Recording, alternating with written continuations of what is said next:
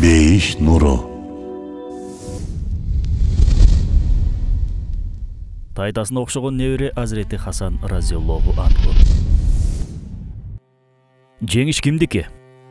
Дүйнөсүн акыретке алмаштыргандардыкыбы же дүйнө үчүн баарын жасап ага жеткендердикиби? Акыйкат үчүн жанын бергендердикиби же пайдасы үчүн акыйкатсыздык кылгандардыкыбы? Айтор, ак менен каранын күрөшү жүрүп турган бул дүйнөдө убак менен жеңиш менен жеңилүү да эки тарапка тең насип болуп турат. Бирок акыретте жеңиш бир гана таквалардыкы, ак жолдон кеткендердики болуп саналат. Пайгамбарыбыз саллаллаху алейхи вассаламдын неберелери Хасан менен Хусайндын окуясы да ак жолдон кетип, бирок дүйнөдө жеңилгендиктин окуясы. Эгер муну жеңилгендик деп атаса, албетте. Бүгүн сиздерге аягында Аллахтын ыраазычылыгын тапкан, тарыхтын аянычтуу тагдырын айтып беребиз. Уккандан кийин сиз эмне деп баа беришти өзүңүз билиңиз.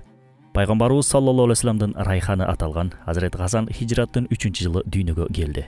Атасы Али разияллаху анху ага харп, бизче айтканда согуш деп ат койгусу келген. Бирок Пайгамбарыбыз саллаллаху алейхи вассалам ушундай сүйкүмдүү балага да ошондой ат коймок беле деп бул атты жактырган жок.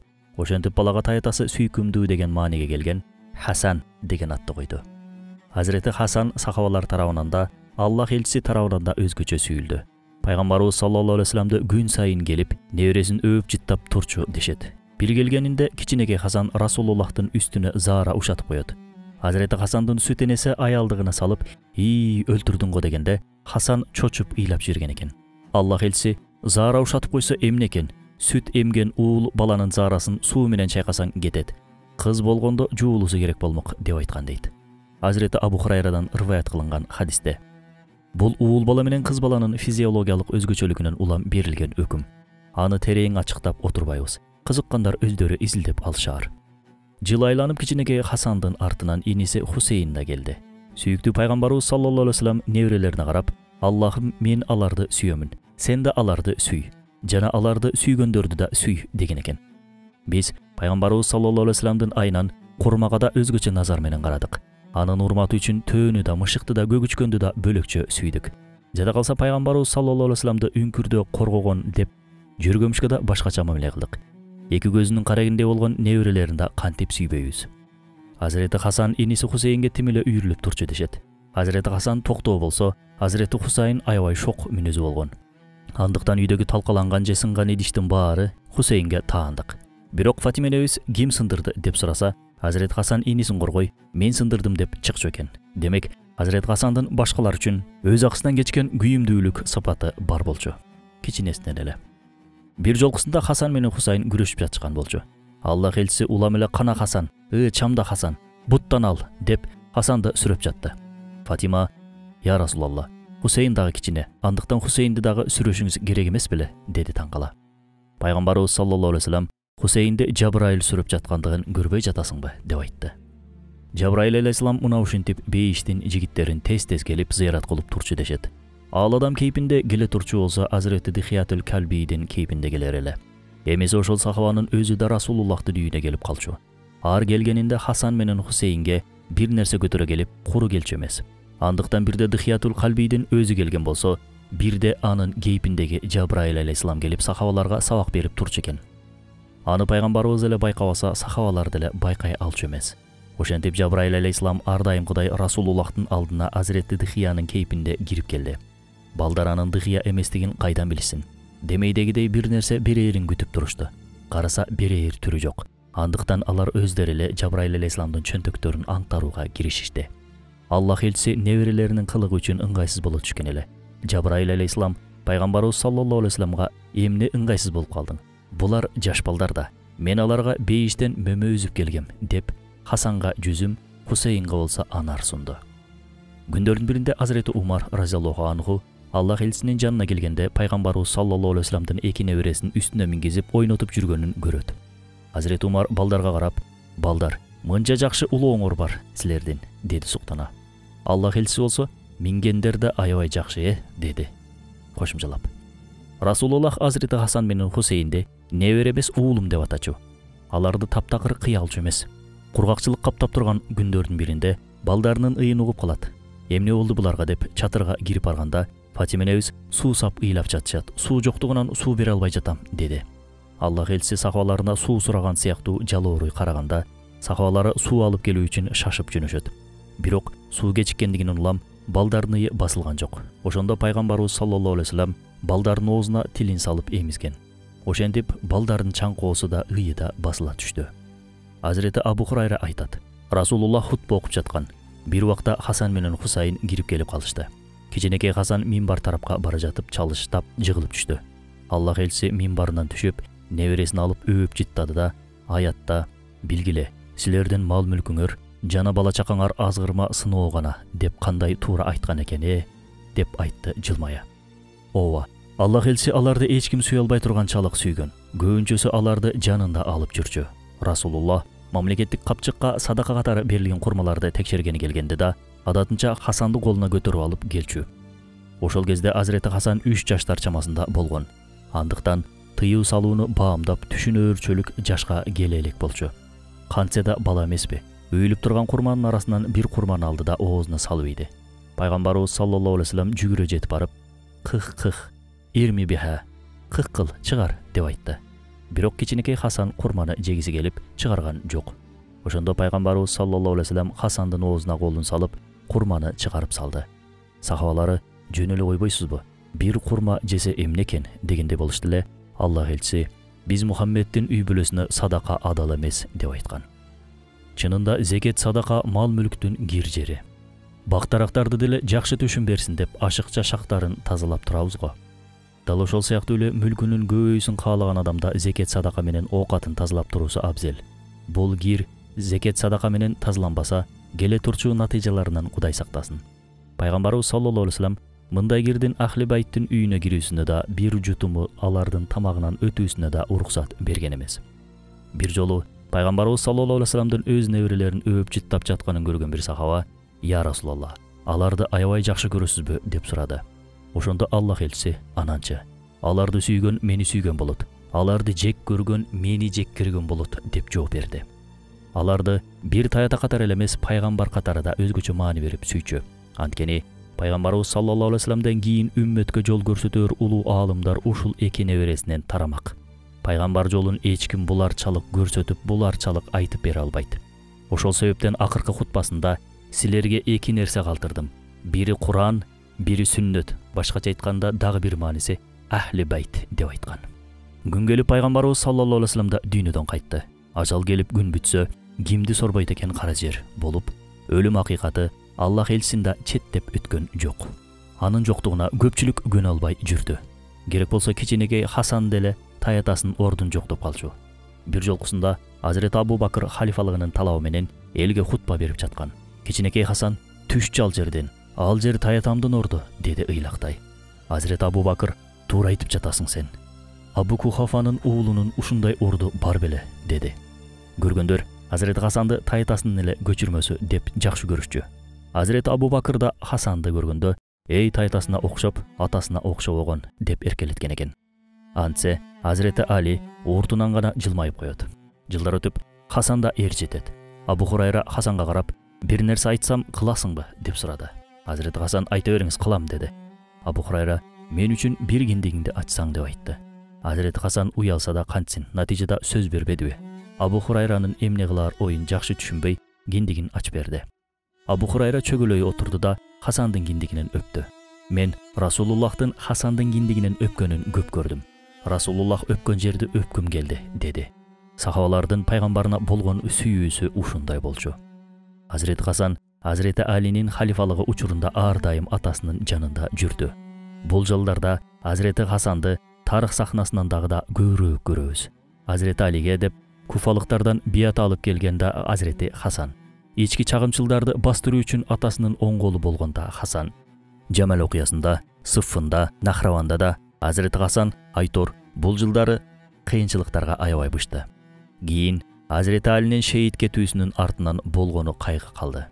200-дүүлөр экен, уулу уруктарынын берген мөмөсүн көрүшкөндүгүнө маашырлана сүйүнүшсө, мусулмандар чагымчылдыктарга туш болуунун азабын тартып жатышты. Азирети Али кааласа өз уулун так мураскер катары дайындай алмак. Атүгүл ага сахабалар уулун Хасанды бизге халифа кылып кет деп сунуштарында айтышты. Азирети Али болсо, муну силерге буйрубайм да, тыйбайм да. Мен силерди Расулуллахтын таштап кеткендиги сыяктуу таштап кетем деген болчу. Жыйынтыгында сахабалардын жана мусулмандардын эң маанилүү бөлүгүнүн катышуусу менен халифалыкка эң ылайыктуу адам катары Азирети Хасан табылды. Ошентип ага исламияттын 5-чи халифасы катары бият келтиришти. Алгачкы бият келтирген адам болсо Саад бин Убаданын уулу Кайс болгон. Ал ошондо мен сага Аллахтын китеби, Расулуллахтын сүннөтү жана душмандарга каршы бият келтиремин дегенде Азирети Хасан Аллах жана анын элчисинин үстүнө бият кылынат. Согуш үчүн бият кылынбайт деп катасын оңдогон. Ошол учурда Шамдан бир ордо Мадинаны көздөй бастырып келе жаткандыгы боюнча маалымат келип түшкөн. Анткени Шамдын валиси, мэри Азирети Муавия халифанын өлүмүн угаары менен аскердик ордосун түзүүгө киришкен болчу. Ал өзү үчүн добуш топтоонун артында жүргөн. Кийин Азирети Хасандын халифа шайланганын уккандан кийин ордунда отура алган жок. Анын максаты Азирети Хасандын халифалыгын баштатпай туруп бүтүрүү болгон. Үстүнө ордо менен келе жатканын уккан Азирети Хасан буларга каршы 40 миңдик кошуун менен тосуп алууга чыкты. Азирети Хасан момундардын канынын төгүлүүсүн такыр каалаган эмес. Ошондуктан бир туугандык келишпестиктерди тынчтык жолу менен чечүүгө кызыктар эле. Жылдар бою уланып келген бөлүнүп жарылуулардын келишпестиктеринин айынан жихадтар токтоп, мусулман каны агып, акыретте азапка дуушар кыла турган канчалаган чагымчылдыктар орун алган болчу. Мындан пайда көрсө бир гана мунафыктар пайда көрмөк. Алар өз билгендерин кылып, өтүгүн төргө илип жашап калышкан болчу. Бул жагдайга кимдир бирөөнүн токтот деп чыгуусу, ал үчүн керек болсо өз акысынан кечүүсү да керек болчу. Азирети Хасан үчүн мындай жан күйөрлүккө баруу кеп бекен. Ал үчүн бир туугандардын канынын төгүлүүсүнүн алдын алса эле болду эле. Андыктан Азирети Муавияга арты менен каттар жазып, маселени жумшартууга аракет кылып жатты. Бирок тилекке каршы максаттын орунду табылган жок.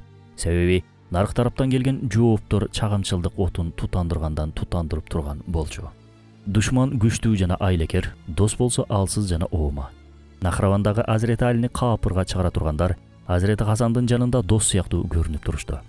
Азирети Хасан кезигише турчу жерге жакын бир жерде ордосун токтотуп, 12 миңдик алдыңкы бирдикти түзөт. Анын башына Кайс бин Саадты дайындайт. Алдыңкы бирдик кеткенинен бир топ убакыт өтсө да, ак же көк деген кабар болгон жок. Мындан улам Азирети Хасандын армиясынын ичинде түрдүү пикирлер желдей тарай баштады. Ордо туткунга түшүптүр, жок жерден душманга жем болуптур. Жөнөтпөө керек эле. Кайс өлтүрүлүптүр. Жок, Кайс башынан эле чыккынчы болчу экен. Алдыңкы бирдикти алып наркы жака өтүп кетиптир деген сыяктуу түрдүү ушак миш-миш сөздөр жайыла баштады. Мындай сөздөр айтыла чындык сыяктуу кабыл алына баштайт. Ошондон кийин эле баш көтөрүүлөр, баш аламандыктар болуп кетти. Азирети Хасандын ордосунун ичинде дагы деле харижилерден калган адамдар бар болгон. Убагында Азирети Али аларды баш көтөрүүчүлөргө кошулбоо үчүн ынандырган болчу. Бирок түркөйлүктөн арылышкан эмес болчу. Бул оома жамаат болгон окуяларга күнөөлүүнү дароо аныктап чыгышты. Алардын ою боюнча баарысына күнөөлүү Азирети Хасан болчу. Андыктан эч кимиси Азирети Хасанды халифа катары угушканда, көрүшкөндө тааныганда жок. Алар кылычтарын Азирети Хасанга кезип, аны каапыр дегенге чейин барышты. Харижилер Азирети Хасанга бул сыпатты каяктан жабыштырышты. Алар Азирети Хасандын акыркы хутбасындагы тынчтыкта да, согушта да силердин жардамыңарга муктажмын деген сөзүн жок акылдарына сыйдыра алышпай, бул сөз Аллахтан башкасынан жардам сурагандык, андан башкасынан жардам суроо каапырлыктын дал өзү дешти. Ошол учурда ичине сиңире албаган ошол сөздү кусуунун убактысы мына эми келди деп ойлошкон. Жада калса арасынан бирөөсү "Сен дагы атаң сыяктуусуң" деди да Азирети Хасандын балтырына канжарын матырып алды. Ошондо Азирети Хасанды ошол түркөй топтун арасынан Рабия менен Хандан уруусунун аскерлери араңдан зорго алып чыгып кетишкен. Мындай түркөй ордого ишенүү да, алар менен колмо-кол согушуу да мүмкүн эмес болчу. Андыктан тынчтык келишими үчүн бир канча шарттарды айтып, Азирети Муавияга жолдоду. Муавия бардык шарттарды тартышуусуз кабыл кылды. Шарттар төмөнгүдөй болчу. Ирактыктарга күнөөлүү мамилесин көрсөтпөө. Ирактыктардан максат куфалыктар болгон. Алар акыр аяга Азирети Хасанды чанып кетишсе деле Азирети Хасан айкөлдүк кылып алардын амандыгын ойлоодон бери турган жок. Экинчиси, Муавия өлчү болсо ордуна Хасан келет, андан кийин такка Хусайн келет. Муну менен Азирети Хасан атадан балага калчу салтанатты жойгусу келген болчу. Үчүнчүсү, улутуна жана ыркына карап ажыратпастан баарысынын укугу бирдей корголот. Амавилердин улутчул табияты болгон. Тарыхта да Амави дөөлөтүн улутчулдук менен айыпташат. Андыктан Азирети Хасан ал шартнамага ушул шартты билгендей коштурган болчу. Ал улутташкан саясаттын жүрүп кетүүсүнөн чочулаган, бирок тилекке каршы алдын ала алган эмес. 4-үнчүсү, буга чейинки күнөөлөр кечирилет. Мында Азирет Хасандын айланасында коштоп колдоп жүргөндөрдүн иштери чукуланбасын деген максат болгон. 5-инчиси, хутбаларда Азирети Али менен Ахли Байтка наалат айтылбайт. Өкүнүчтүүсү, бул шартта аткарылган жок. Амавилер доорунда имамдар хутбаларын Ахли Байтка наалат айтуу менен башташат эле. Бул салт Умар бин Абдулазиздин учуруна барып гана токтотулган. Бул улуу халифада амавилерден болчу. Аллах андан ыраазы болсун. Анын доорунда да бактылуулук кылым сыяктуу бир доор болуп өткөн. Бул жерде ушуну баса белгилеп өткүбүз келет. Ахли Байттын имамы айкөлдүгүнөн улам өз акысынан кечип, үммөттүн биримдиги үчүн халифалыктан кетип жаткан. Эмесе акыйкат ал тарапта болчу. Бирок мусулмандардын каны төгүлбөсүн деп башкарууну саясий гир оюндарга бой ургандарга таштаган болчу. Аны коркуту деп атоо такыр туура эмес сын. Белгилүү болгондой сахабалар өлүмдөн, шейиттиктен коркушкан эмес, шейиттикке жетпей калуудан коркушкан. Аларды жихадта өл деген буйруктан да көбүрөөк жихадтан кал деген буйрук чочутту. Анткени алар үчүн кал буйругу өл буйругунан алдаганча оор болгон. Анын үстүнө акысын коргоп чыгууга караганда акысынан кечүү оор эмеспи? Муну ар бирибиз өзүбүздө сезебиз. Болбосо акыңыздан баш тартып унчукпай көрүңүзчү. Азирети Хасандын көрсөткөн мамилеси ушундай абалда болчу. Эми ушул кең пейилдикке карата кандай мамиле кылуу керек эле? Келишимдин ар бир бөлүгүнө моюн сунуусу жана ушул улуу ахлакка урмат көрсөтүлүүсү керек эле го. Тилекке каршы андай болгон жок. Келишим шарттары Азирети Муавия тарабынан кабыл кылынгандыгына карабай, убадалар унутулган бойдон кала берди. Келишимден кийин элдин элексиз оозунан ар кандай кептер чыкты. Достор айыптады, душман табалады. Эл дагы сындап эле жатып калды. Айтор күндүн темасы ушул болду. Азирет Хасан келишимге өз жанын куткаруу үчүн баргансып, муну айкөлдүк деп баалаган эч ким болгон жок. Эмесе Хасан разияллаху анху үммөттүн бирдиги жана ынтымагы үчүн акысынан баш тарткан болчу. Туура, баарыбыздын тилегибиз элдин ынтымагы жана биримдиги.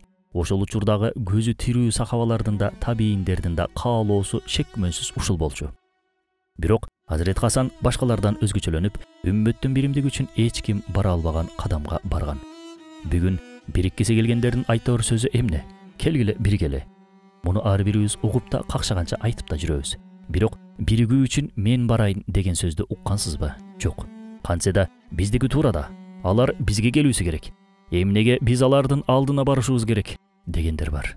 Азирет Хасан ушундай пикир жүгүртпөгөндүгүнөн улам ортосу бүлүктүшүп, ыдырап турган элдин арасына ынтымак алып келди. Өнүгүү келди, өсүү келди. Бүгүн үммөт бир боло албагандыгы үчүн Газада эч нерсе кыла албай кол куушуруп отурабыз.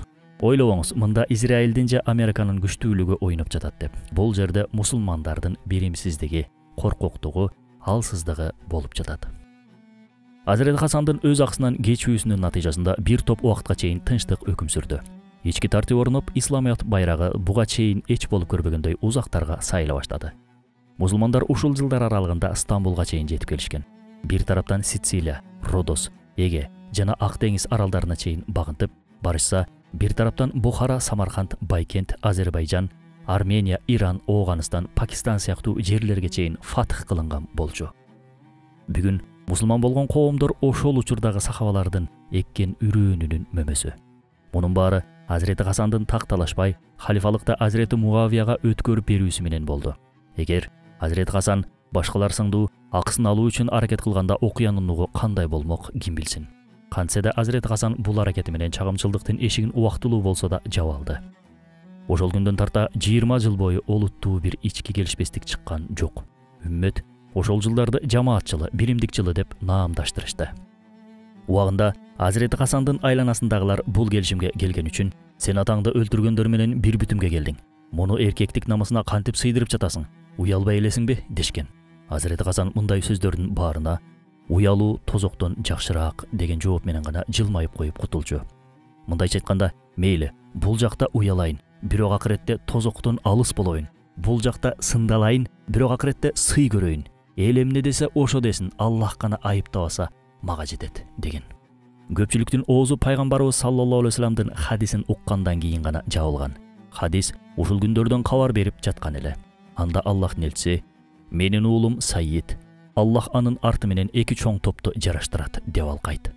Чын эле жараштырды. Пайгамбарыбыз саллаллаху алейхи вассаламда анын бул кылганын тууралап тастыктоодо. Экинчи бир хадисте: менден кийин халифалык 30 жылга уланат, андан кийин кан төгүүчү салтанат башталат деп айткан. Улуу 4 халифа деп Азирети Абу Бакырды, Умарды, Усманды жана Алини разияллаху анху айтып келебиз. Бирок ушул халифалардын халифалык жылына Азирети Хасандын 6 айлык халифалык мөөнөтүн кошсок, толук 30 жыл келип чыгат. Андыктан 5-чи халифа катары Азирети Хасанды да ушул катарга кошкондор бар. Азирети Саад бин Абу Ваккас ошол учурларда Азирети Муавиянын жанына келгенде: "Эй падыша, сага салам болсун" деп саламдайт. Ошондо Муавия: "Эмнеге андай дейсиң? Мен да пайгамбар халифасымын" деп айткан. Азирети Саад кимдин ким болгонун жакшы билчү. Ошондуктан "Сенден мурункулардын мындай салтанаты жок эле" дейт. Саад бин Абу Ваккас бул сөзү менен Азирети Хасандын халифалыгынын туура болгондугун тастыктаган. Ооба, пайгамбарыбыз саллаллаху алейхи вассаламдын артынан 30 жыл өтүп, канкор салтанат башталган болчу. Ошол салтанаттын доорунда да Азирети Хасандын кооз адеп ахлагынын берекеси менен 20 жылдык ынтымак өкүм сүрдү. Бул убакыт аралыгында кан төгүлгөн жок, Карбала окуясына чейин. Азирети Хасан бул убакыт аралыгында тынч гана өмүр сүрүп келди. Шамда өкүм сүргөн Азирети Муавия Мадинада болуп келген бирөөдөн: "Хасан эмне менен алек болуп жатыптыр? Тынч эле жүрөбү?" деп сураганда, ошол адам: "Хасан күн сайын таңкы намазын окуп, күн найза бою көтөрүлгөнгө чейин мечиттегилер менен маек курат. Анан 2 рекет намаз окуп, энелерибиздин ар бирин зыярат кылып чыкмай адаты бар" деп жооп берет. Азирети Муавия болсо оор үшкүрүп: "Биз ал сыяктуу боло албадык" деп айтты. Бир жолу Азирети Хасан Куфада жүргөндө базарга келет. Куфалыктар Азирети Хасандын атын гана билишпесе, сырткы жүзүн таанышчу эмес. Андыктан Азирети Хасан соодагыларда базар эрежесине ылайык базарлашат, соодалашат. Биздикилер соодалашууну оштуктардын адаты деп ойлошот, бирок андай эмес. Бул да сүннөт, болгондо да коомго аябай чоң пайдасы бар сүннөт. Андыктан канча соодалашса да, жанагы соодагер Азирети Хасандын сураган наркына берген эмес. Анан Азирети Хасан жанагы жерден эми кеткени жатканда, бирөөсү Азирети Хасанды таанып калат. Ал Хасан разияллаху анху менен саламдашып, сурашып жаткан мезгилде жанагы соодагер Хасандын ким экендигин баамдап калган болчу. Андыктан соодагер пайгамбар небересинен кечирим сурап, сураганын белек катары берейин десе да, сураган баасына берейин десе да, Азирети Хасан "Мен таятамды соодага аралаштырбайм" деп болбой коет. Азирети Хасандын адеп ахлагы да, сырткы көрүнүшү да Аллах элчисиникине аябай окшоп кетчү. Адеп ахлагы өтө сонун эле, жоомарт болгон, күйүмдүү инсан болгон. Мал мүлкүн 2 жолу бүт бойдон Аллах жолунда арнап салган. 3 ирет касама кылды. Башкача айтканда, мал мүлкүн тең жарымынан бөлүп, жарымын өзүнө, жарымын Аллах жолуна деп берди. Азирети Хасан пайгамбарыбыз саллаллаху алейхи вассаламдын өлүмүнөн кийин аны эстеткен күзгү сыяктуу болчу. Андан Аллах элчисинин жыты келип турчу дешет. Оор басырыктуу болгон. Адеп ахлакта, илим жана барасатта теңдеши жок болчу. Үммөттүн башына бирөө келе турчу болсо, андан ылайыктуураак эч ким болгон эмес. Ошентсе да ал дүйнө макамынын ордуна акырет макамын, акырет даражасын тандады. Азирети Муавия болсо маселеге өз көз карашынан гана баам салып, исламиятта эң бийик чокуларга ал гана жеткизерин ойлоп, өзүн эң татыктуу адам катары көрүп турду. Өз оюнда Аллах ыраазычылык үчүн, үммөттүн келечеги үчүн ушул күрөштү жүргүзүп келген. Ал пайгамбарыбыз саллаллаху алейхи вассаламдан өзү үчүн бир сөз угуп, бирок аны башкача түшүнгөн болчу. Ошондо Аллах элчиси даарат алып жаткан эле. Азирети Абу Хурайра болсо суу куюп берип жаткан. Ошол учурда Азирети Абу Хурайра ачкачылыктын жана чарчоонун айынан чөгүндө колунан тайдыра жаздайт. Азирети Муавия абдестени Абу Хурайранын колунан дароо ала коюп: "Келиңиз, я Расулаллах" деген эле. Ошондо Аллах элчиси Муавияга карап: "Эгер бир күн үммөтүмдүн иши сага бериле турчу болсо, Аллахтан корк жана адилеттүү бол" деген болчу. Азирети Муавия болсо бул сөздү "Демек Расулуллах менин халифа болуумду каалап жатат" деп, халифа болуусу үчүн бир ишарат катары көргөн бул сөздү. Бирок Аллах элчиси аны эскертип жаткан болчу балким. Үй бүлөсү да аны лидер катары жетиштирди. Ошондуктан да Муавия үммөттүн башын бириктирип, аны башкаруу милдетине талапкер болгон. Ал биримдик жылдарында исламияттын фатыхтан фатыхка чуркаган учурунда лидерлик кылды. Ооба, Азирети Муавиянын ушундай жакшы иштери болгон. Бирок канчалык аракет кылсак да анын кетирген каталарынан кыйчап, кыйгач өтүп кете албайбыз. Алсак Карбаланын эшигин ачканда анын катасы болгон. Табийиндердин улууларынан Хасан Басри Муавиянын 4 чоң катасы болгондугун айтат. Булардын ичинен эң эле маанилүүсү өзүнөн кийин арак кеч, жибек кийип, музыкалык аспаптар менен алек болгон уулун так мураскери катары дайындоосу болчу. Канткен күндө да жаңылбас жаак мүдүрүлбөс туяк болбойт дейт. Азирети Муавияны жамандагандардан болбойлу. Мында соопта Аллахтын ыраазчылыгы дагы жок. Устат Бадиузаман айткандай, Аллах бизди ошол учурда жаратып, кылычыбызды сахаба каны менен булгаган жок. Эми биз сахабаларды жамандап тилибизди булгабайлы. Азирети Хасан канча эркекче берген сөзүнө туруп, бийликтен да оппозициядан да четтесе да, Шам бийлиги ага коркунуч катары кароодон арылган жок. Андыктан Азирети Хасан разияллаху анхуну Мадинада жүргөн кезде 2-3 рет уулашты. Ошолордун биринде пайгамбарыбыз саллаллаху алейхи вассаламдын кабырына келип, тайтамдын урматына шыпа бер, я Рабби деп жалбарган. Мына ушинтип шыпа тапкан экен. Бирок тилекке каршы кийин өз жубайы Жадда тарабынан ууланган. Азирети Хасан бул уунун азабын 40 күн бою тартып, дүйнө салып шейит болуп кете берген эле. Өлүм төшөгүндө жаткан кезде эниси Азирети Хусейн көз жашын көлдөтө агасынын жардамына чуркады. Ичим өрттөнүп жатат Хусейн деди. Азирети Хусейн агасынын колунан кармап, сага муну ким кылды деп сураса да, Азирети Хасан үммөттүн ортосунда келишпестик чыкпасын деп унчук алган жок. Эмесе ким кылгандыгын аябай жакшы билген.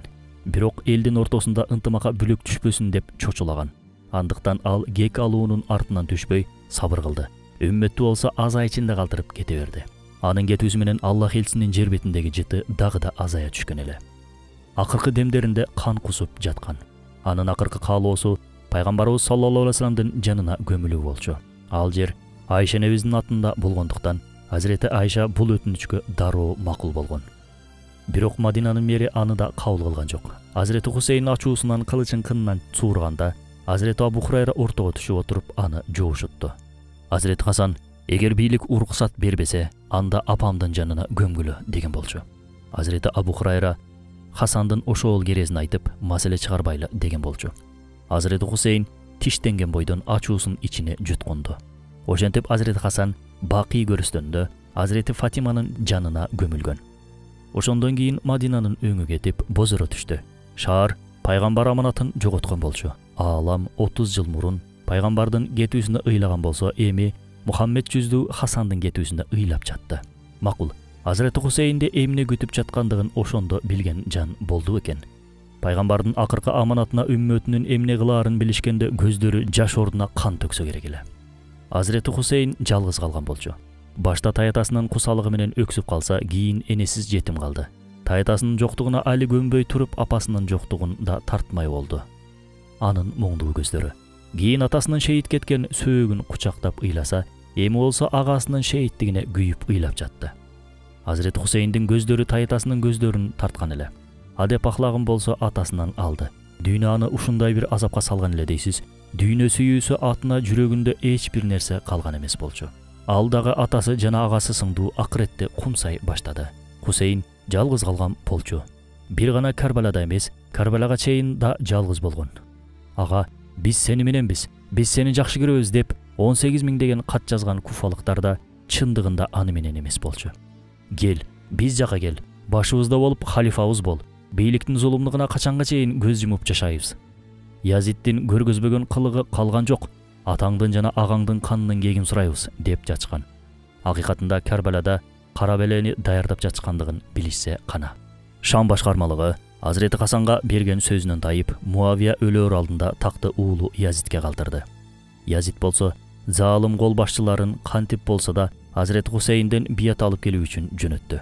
Бул жөнөтүү кандуу доордун эң кандуу, эң аянычтуу, Карбаланы чыгара турчу бир жөнөтүү болчу.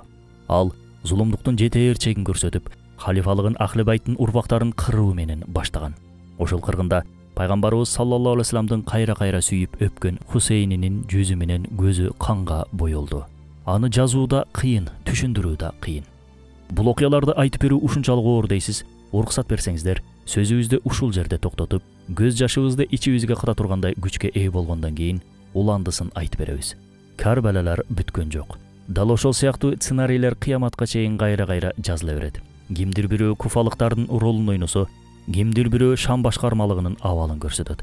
А кимдир бирөө Азирети Хусейндин аянычтуу тагдырын ачып берет. Андыктан Карбала окуясын икир-чикирине чейин билип, андан өзүбүзгө сабак чыгарып албасак, туура жерде тура албай калабыз.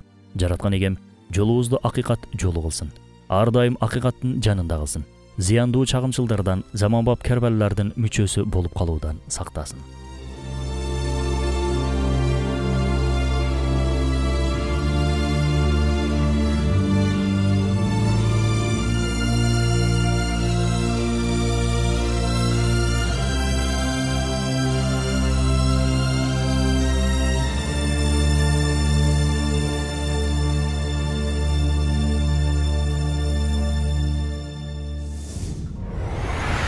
Бейиш нуру.